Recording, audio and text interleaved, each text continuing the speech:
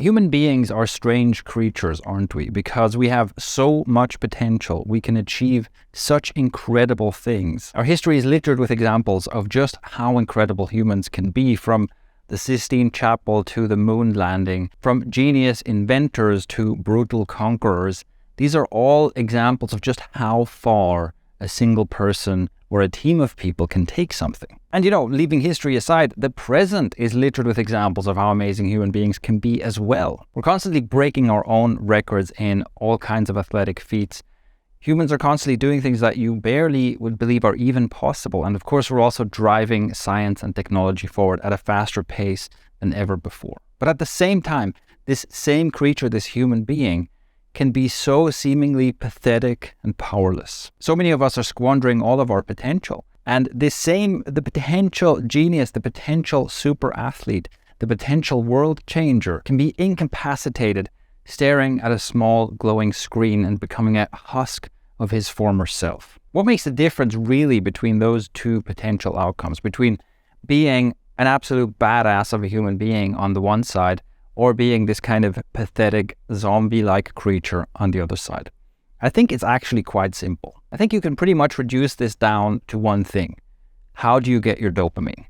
In one of my former businesses, I worked a lot with entrepreneurs. And one of the things I did is I taught productivity skills for entrepreneurs and the self-employed.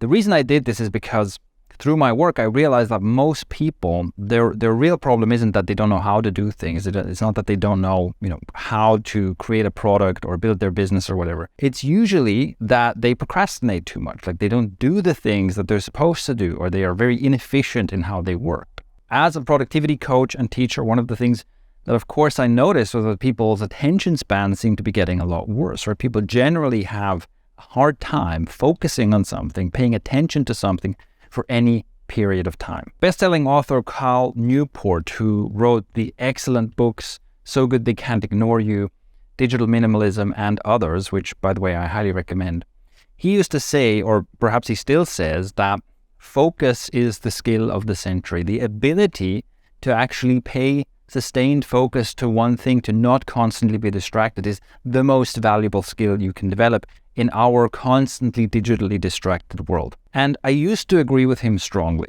but I've changed my mind on this because I've come to realize that people's inability to pay attention to one thing for any duration of time, people's lack of focus, is actually a symptom.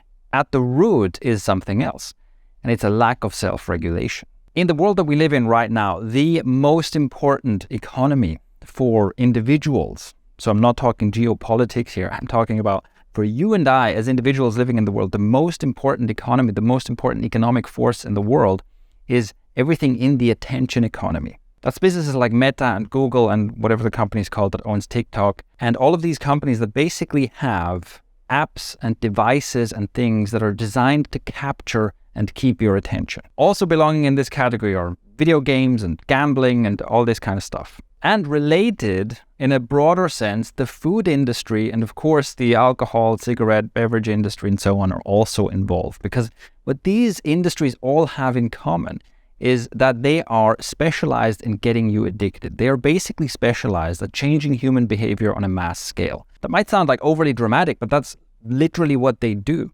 Think about it. If you are the owner, if you're the company that has one of these giant apps like Instagram and Facebook in their portfolio, your success means you're getting more people to use your app. You're getting more people to change their behavior from doing whatever they were doing before to scrolling through your app on their phone. So all of this is basically the addiction economy, because that's what it comes down to.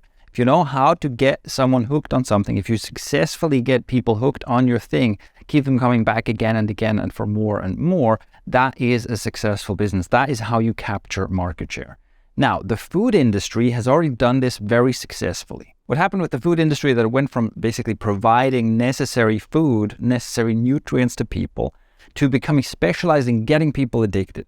And so people end up over-consuming all of these hyper-stimulating foods, and we keep doing it even though it kills us, which is a clear marker of addiction. The world at large is addicted to junk food that is manufactured to be addictive. Now, like I mentioned before, a subset of this addiction economy is the attention economy, where the goal is not to get you to eat food or consume physical products. The goal is to get your attention, to get you to spend time on a specific app or on a specific website. Just like the food industry, these companies have been extremely successful and are getting better and better at getting everyone hooked. And it's really quite scary when you think about it, because you have these giant companies that employ thousands of data scientists and use machine learning algorithms and so on, all to figure out how can I get people hooked on my thing? How can I kind of reach into your brain and make you open my app and spend time on my app instead of whatever it was that you wanted to do before? Now, this is the reason why people have a low attention span and have lost the ability to focus. It's because apps, programs, websites in the attention economy have been very successful at interrupting us, at recapturing our attention, at making us reach for the phone again and again, at making us fire up that video game for one more round again and again, at making us direct our attention towards whatever their product is. So look around you and think about how many things are essentially trying to do that. How many things in your pocket, on your phone, are literally designed to get you addicted. And this is why I'm saying that self-regulation is the skill of the century. This is the biggest game changer for your life outcomes. Are you the kind of person who can self-regulate and who can basically say, hey, I made a plan to do a couple of things that are important to me and do things that are good for me today, and I'm going to stick to that plan even if I have the urge to play this game, to check my phone 500 times. Even if a notification pings, I'm going to continue doing the thing that I set out to do. And that would be self-regulation, that would be self-mastery. Or are you someone who will be puppeteered by these attention economy devices and programs? We can draw a parallel to the food industry again, because the more you let the food industry win, the more you are a victim of the food industry, the worse your health. This is a large part of the reason why we have an obesity epidemic in large parts of the world, and why we have so many chronic illnesses on the rise. A lot of this is lifestyle related. And when people talk about lifestyle when it comes to diseases or health, it generally means you're eating the wrong kind of food. You're probably eating too much food. You're not moving enough. And increasingly, you're not getting enough sleep, which, by the way, is not necessarily the food industry's fault. That, again, is the attention economy. Because what are people doing instead of getting enough sleep? They're up staring at their phone screens. But when it comes to food, you can very clearly see the difference in life outcomes between someone who is captured by that industry and is being puppeteered by them, essentially. Their technology that they put into the food and their ad campaigns and so on and so forth, that are basically telling you eat more, eat more, eat more, eat more, supersize me. And then that's basically what happens, right? You have overweight, you have obesity, you have heart disease, you have kidney and liver diseases, and you have all kinds of stuff that are essentially a consequence of this type of lifestyle. Think about how incredibly different someone's life is if they are obese and, on a half a dozen meds to manage their chronic diseases that could have all been prevented had they gone down the other path of self-regulation, of resisting these urges, of not being puppeteered by that industry. And even though right now it's maybe less obvious, it's less clear to see from the outside, the exact same thing is playing out in the attention economy. The difference in life outcomes, if we kind of time travel forward a decade or two in the future, between someone who is starting right now with low self-regulation, doesn't develop the skill of self-regulation, and just becomes increasingly addicted to all this stuff, versus someone who does have the skill of self-regulation and lives a more self-determined life, it couldn't be greater, right? The difference is absolutely massive. Like I said in the beginning, it's the difference between someone who lives a good life, who has a fulfilled life, feels good about themselves, realizes their potential, makes something of themselves and of their lives, and can have their existence on this planet be an absolute joy, versus someone who just becomes a husk of who they could have been, who spends most of their life staring into a screen and later regretting it and loathing themselves for it. I've said this before, but being addicted to porn, realizing that this is a problem and doing something about it is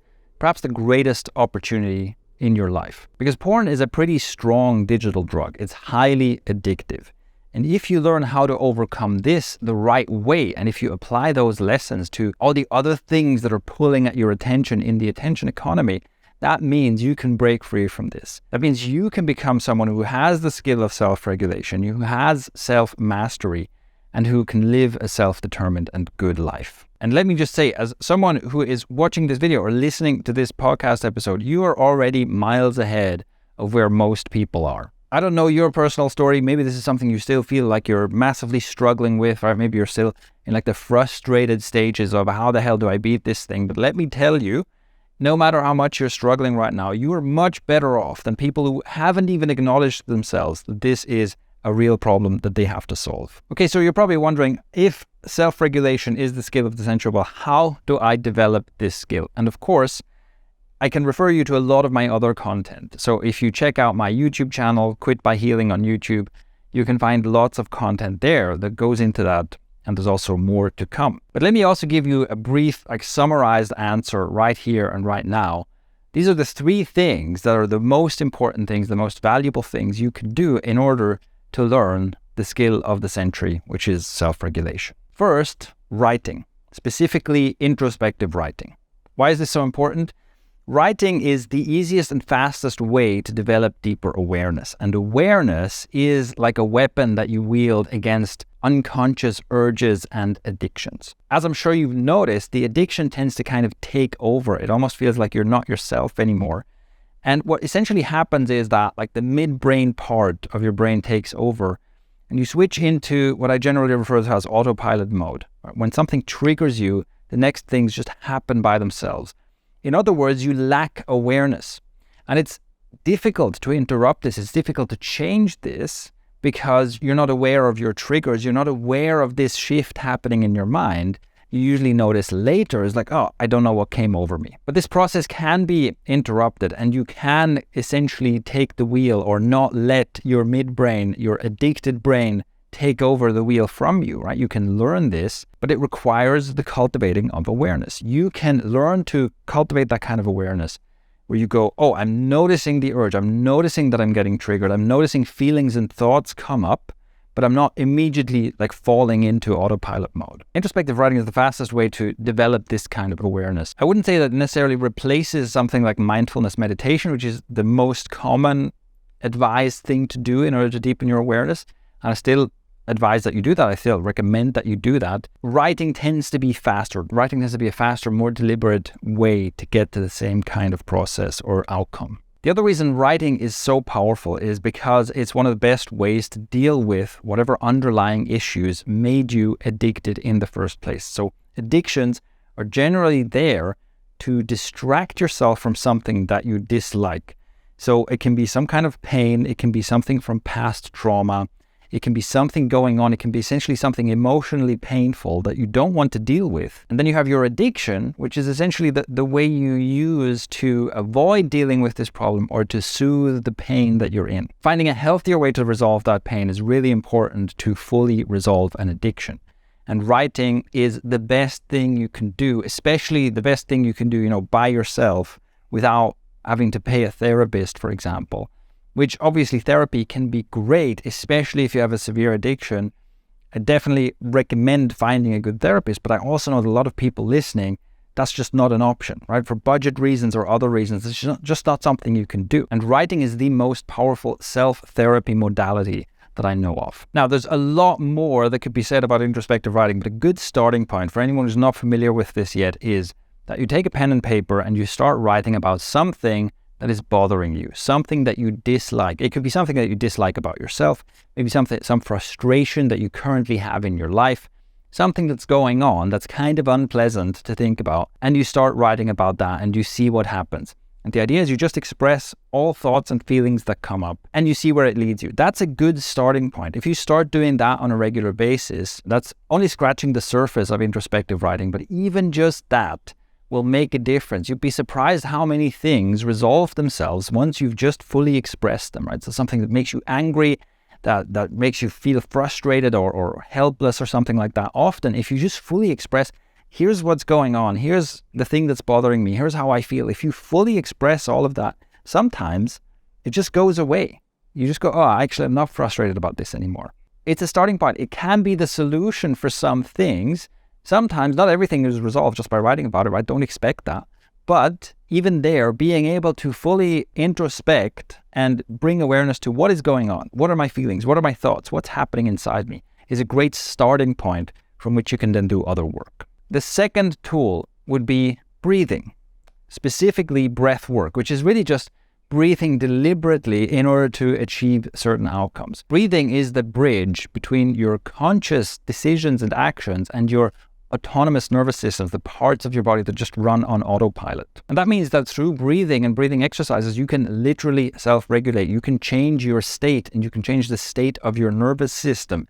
So on a neurological and hormonal level, you can change the state your body is in through breathing. Why is this so important? Well, because stress is one of the most common triggers that sends people into their addiction. So if you're addicted to porn, very commonly the thing that causes you to go to porn will be stress. Now, of course, that's not the only trigger, but here's the thing. Once you decide to quit and then you have the urge and you're starting to fight the urge, that causes stress. So even like the process of trying to quit an addiction is a stress trigger, and stress is an addiction trigger. Breathwork is the most effective, most direct tool you have to change your state, which can be realizing, okay, I'm starting to get stressed. I'm in a situation where I feel like I don't know what to do. I'm feeling this urge. Oh my God, I'm going to relapse. Breathwork can set you back to, okay, I feel normal. Everything's fine. And then tool number 3 is changing how you get your dopamine.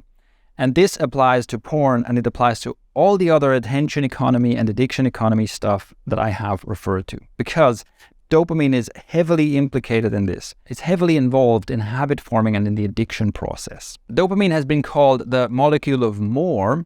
It is essentially rewarding, but it makes you want more. And anything that you're addicted to, including porn, will spike your dopamine in one way or another, right? It gives you a reward that your brain registers as very good and basically says, we need more of this, get more of this. Now, when you're addicted to stuff and in the attention economy, in the addiction economy, this is a really bad thing, because you have all these things that are essentially hijacking this system in your brain. Right? These apps and porn and junk food is successfully hooking into that part of your brain and going, okay, this is where we get you. This is where we get you to want and need more of the thing we're selling you. But the system itself, the dopamine system itself, there's nothing wrong about it. It's not a bad thing. It's a good thing. It's just being hijacked by external influences. So you need dopamine, and what you want to do, and if you can master this changes your life, is you want to take control over where you get your dopamine. Because yes, one way to get dopamine is to pull out your phone and start watching porn, but another way to get dopamine is to go do a strenuous workout. Another way to get dopamine is to go on an adventure with your friends.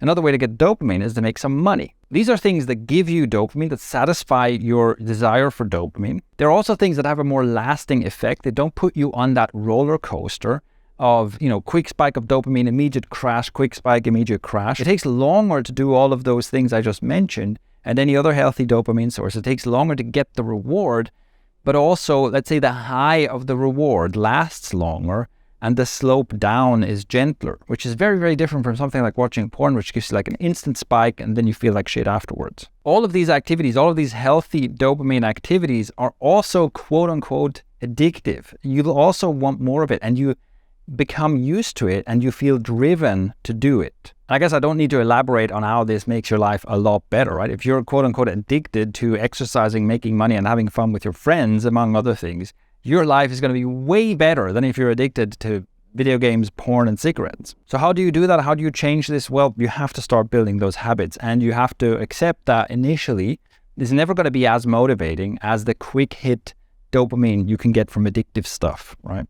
But over time, you can learn that preference. You can essentially rewire your brain to prefer the healthy, longer-acting dopamine over the short dopamine spikes. So those are the 3 most important tools, and those will make you masters of the self: introspective writing, breathwork, and healthy dopamine. Master these tools, build these habits, and you will be ahead of 95% of the competition, if not more, in just a few years. Which of these 3 tools would you like me to elaborate on next? What do you want to learn about what I just covered? Leave a comment. You can leave a comment below the YouTube version of this video, or you can go to anchor.fm/QBH. That's anchor.fm/QBH for Quit by Healing. There's a message button there that you can click, and you can leave me an audio message for me to answer in a future episode. I'd love to hear from you. For now, that's it for today's episode. And now it is your turn to implement what you learned today.